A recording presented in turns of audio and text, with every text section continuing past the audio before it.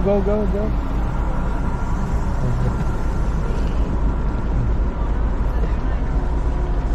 Alright, everyone hang on tight.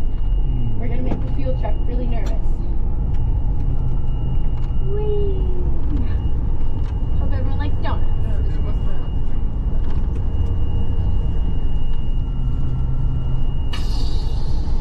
Alrighty everyone, how was the glacier today? It was good. Brennan behaved himself. Katabatic winds, yes, sounds familiar? Alright, so I won't reiterate too much, but if you take a look to the right hand side of the bus, you'll see a bunch of trees that express evidence of these katabatic winds. They look half naked on one side, and that's because those winds are constantly picking up all sorts of dust and debris and detritus, and they're constantly flinging it at those trees all day long, and it makes it really difficult for them to grow branches on that one side. You'll also find flag trees like these. Are called flag trees because they look like flags. We're very creative here at the Columbia Icefield. You'll also find these trees along the side of the highway, but those ones are caused by traffic rather than katabatic winds. They're not quite as cool, but you can still use them to impress all of your friends. Now if you take a look, or keep your eyes on the right hand side of the bus, and you'll see a lake. This is Ripple Lake, and Ripple Lake is very important to us here at the Columbia Icefield Lake. So this means it has none of that pesky rock flour in it. And since you had Brennan as your driver today, I am pretty confident that he told you folks about rock flour. And he told you what happens when we drink too much of it. Did he even use the rhyme? If it's blue, it'll make you poo? Yes, sure did. Wow, it's almost like I know him. So, because of that whole rock flour business, we have to take the spring-fed waters instead. So we have happy guests and happy cleaning staff. Otherwise, we will have a lot of very upset tummies. And if you look all the way down to the edge of the lake, you'll see what looks like a little building on the far edge of the shoreline. That is where we keep our Australian staff. Fun fact. So if anyone here on board is Australian and was wondering if they wanted to work here, that's where you'd live. Alright, look in front of us. You'll see what looks like a frozen waterfall. This is Dome Glacier, and Dome Glacier sits on top of Mount Snowdome, which is the world's only triple continental divide. Did Brennan talk about the triple continental divide with you folks today? Yes, alright. So again, I won't go over too much. I just wanted to show you that this is where it lives. So again, for those of you who may have missed it earlier, a triple continental divide is a mountain that has water that reaches 3 oceans, the Atlantic, the Pacific, and the Arctic. There's only one in the world. However, there's also a contested triple continental divide in the United States. So it has water that reaches the Atlantic and the Pacific, but it doesn't have water that reaches the Arctic Ocean through a river or tributary. It goes as far north as the Hudson's Bay, but then once it reaches the Hudson's Bay will eventually diffuse out into the Arctic Ocean, but because there's no river system that carries the meltwater from that mountain in the United States. A little lower on the side of the mountain, you will see a creek of meltwater, and that will feed into the Sunwapta River that we are driving alongside all the way up to the Skywalk. The Sunwapta River is a northern flowing river which feeds into the Athabasca and then into the Mackenzie. Now, how's our Canadian geography here, folks? Your silence speaks volumes. Alright, well, if these are northern flowing rivers, which ocean are they going to feed? Between the Atlantic, the Pacific, and the Arctic, these are northern flowing rivers. The Arctic indeed. Well done, everybody. So, it'll take about 1 to 9 months for this ocean, or for this water to reach that Arctic Ocean. Now the Sunwapta River itself is a pretty special river system because it is a braided river. This means it has multiple channels that are constantly splitting apart, recombining, and reconfiguring, and this is caused by something called, or by that rock flour we talked about earlier. So as the river moves out Snowdome, you will see shelf, or a layer of the ice fields, and what we're looking at is actually about 300 meters worth of compacted ice. So it looks like maybe a couple, like close to 50 feet, is actually closer to 1,000. And if anyone's interested in a free guided tour, they are offered here at the Skywalk. The tours are free, but if you give them my name, they might just give you a discount on that free guided tour. There are also audio tours that you can download from a QR code on that blue sign if you don't cost on the right hand side. We call this section of highway the shooting gallery because rocks will come shooting down at speeds of up to 250 kilometers per hour. This is caused by something called the freeze-thaw cycle. So as water seeps into the cracks and crevices of the rock at the top of the mountain, it'll freeze, and as it freezes, it expands. That expansion causes the rock to break away from the side of the mountain and come tumbling down at those high speeds. Now for someone like me who drives this big blue bus back and forth all day long, that is absolutely terrifying. I don't want to have to get hit by, or I don't want to have to scrape myself off the side of the pavement today, tomorrow, or any other day. But luckily Parks Canada does their best to look out for us. They do a process called scaling, in which they go up the side of the mountain and try to remove those problematic areas of rock, so we don't need to be quite so nervous. That being said, here in the Rocky Mountains, anything can happen at any time. So if you see signs like the one on our right here that indicate an avalanche zone, please do listen to them. They're not there for decoration.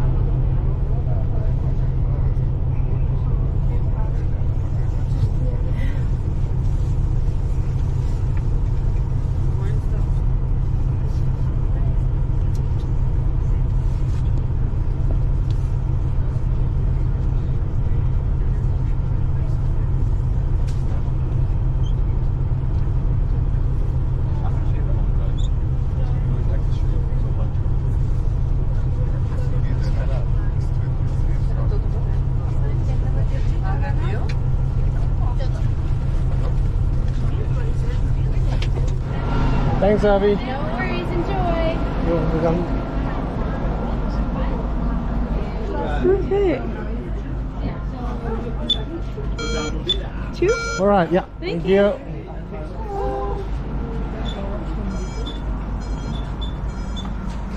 Gusto din eh, hindi gusto na. Ta.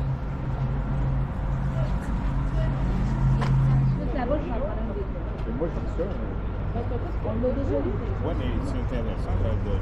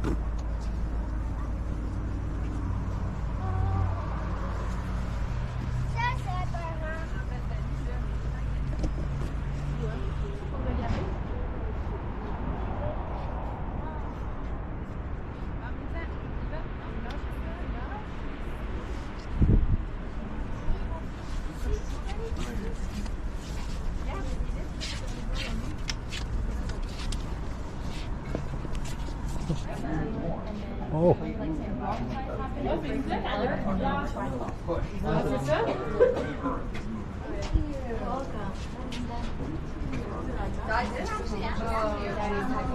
Hi.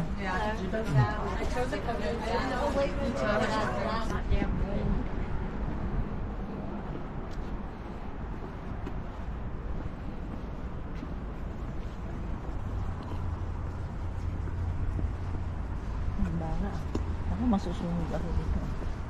Bakit tinanggal yung jacket mo? Ang init eh. Ano naman ako na tinaay. I know they were, but like, I'm trying to imagine that in my head.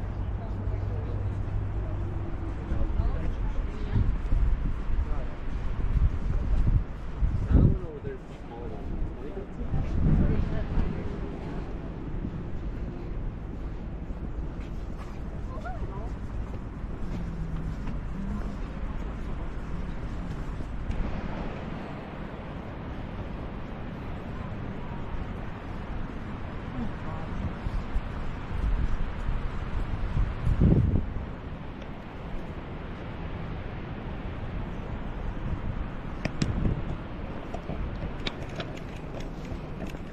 Ayan, pupunta kami sa may salamin na yun, no?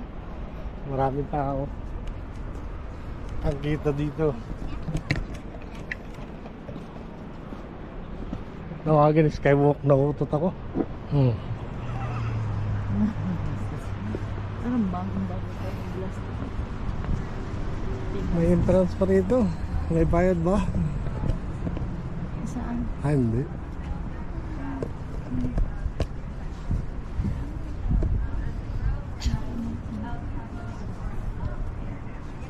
On the west coast is actually the killer whale. Wow, even. Yeah, the killer whale will find the moose, the Wow. swimming lotions, and then they'll just come and eat them up. That's a nice meal. Yeah, definitely. Yeah, of course. You'll have to go fishing for more. Mm. You're welcome. Yeah, and then another thing about the meal is that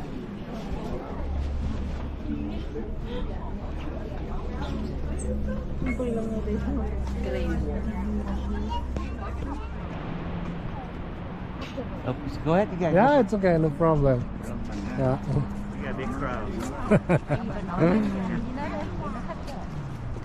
The real waterfall. Yeah, that's a real waterfall. The real waterfall is like this. Mm-hmm. Yeah, it's like this. See? That's a real waterfall. It is a real one. Ayun o, may salamin doon. Maglalakad ka sa salamin. Tingnan natin kung di tayo matatakot. Lalakar sa salamin, lalakar mo para malalaglag.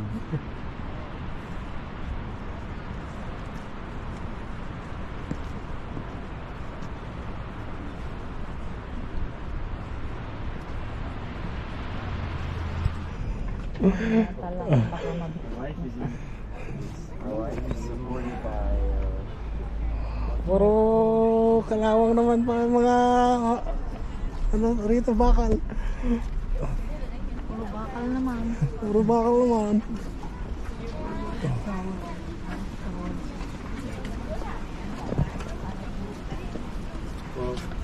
Why would I care who's in there?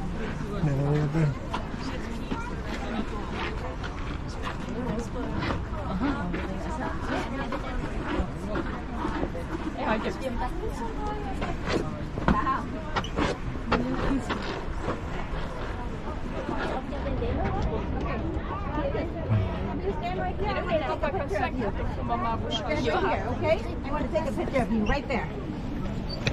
Keep going. Thank you. Yeah.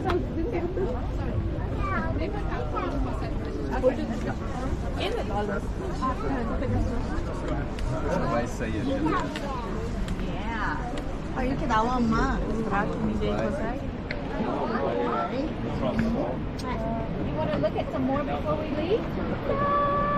It's like stuffing. Oh my god. Do you feel that? It was actually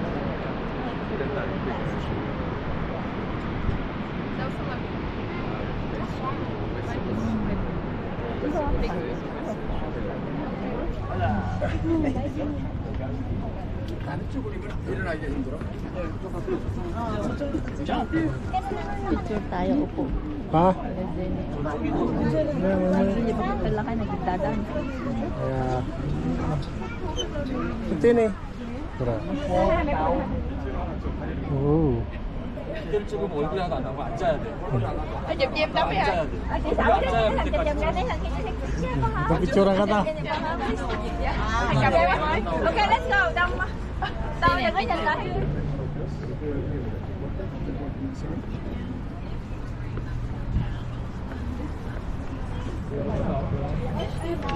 Ah, nakakatakot. Don't look at that. Oh, it's so normal. parang malalaglag. Oh, Scared. It's so normal. nakakatakot. Oh, Nhìn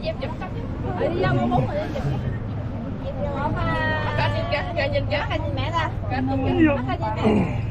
mẹ nha. ay gaano kalalim. Ika, di kimnan ko. Okay, bye. We're 100 miles down.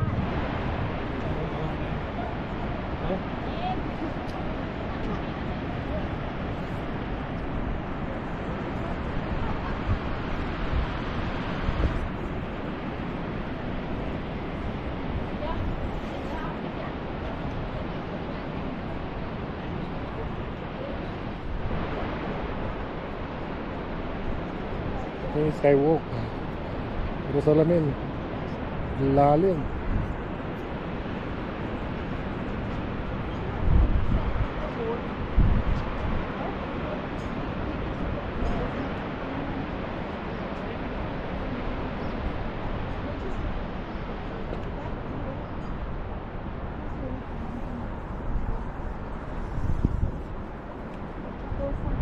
Ano yun?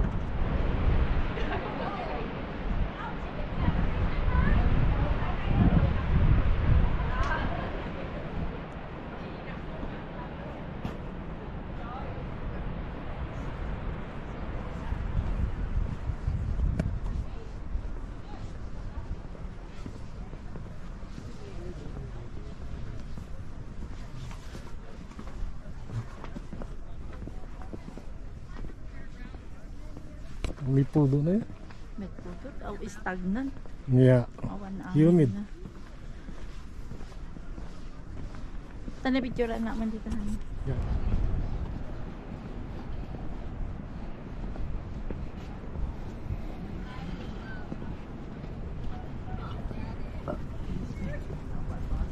Ang malaki ba?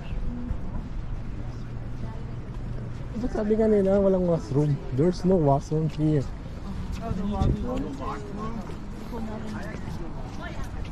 Tapos nung sabi ko mag-washroom ako, sinabi mo po, sige dyan, punta ka dyan. Akala ko meron eh.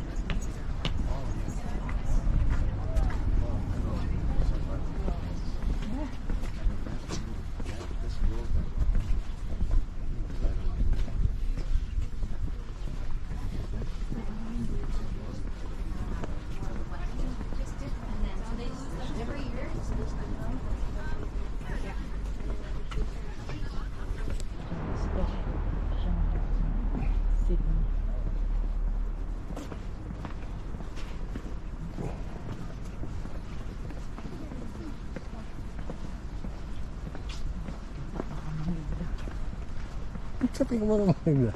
Ha? Ano kung marinig?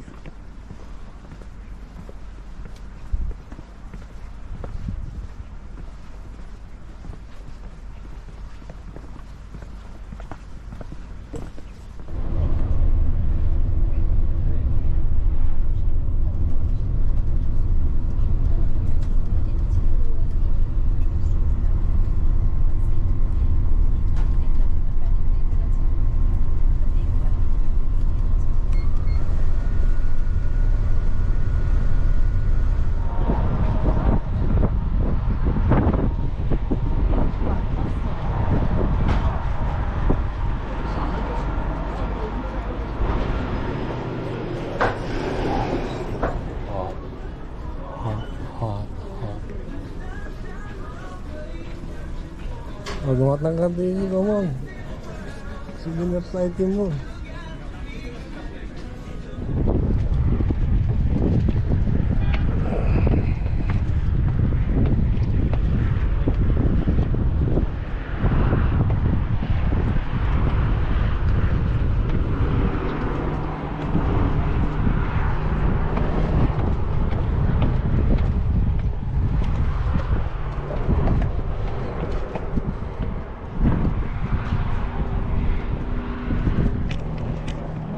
Uwi na kami. Ha? Napagod na tapos din yung tour namin. Oh, napakaganda ng view rito.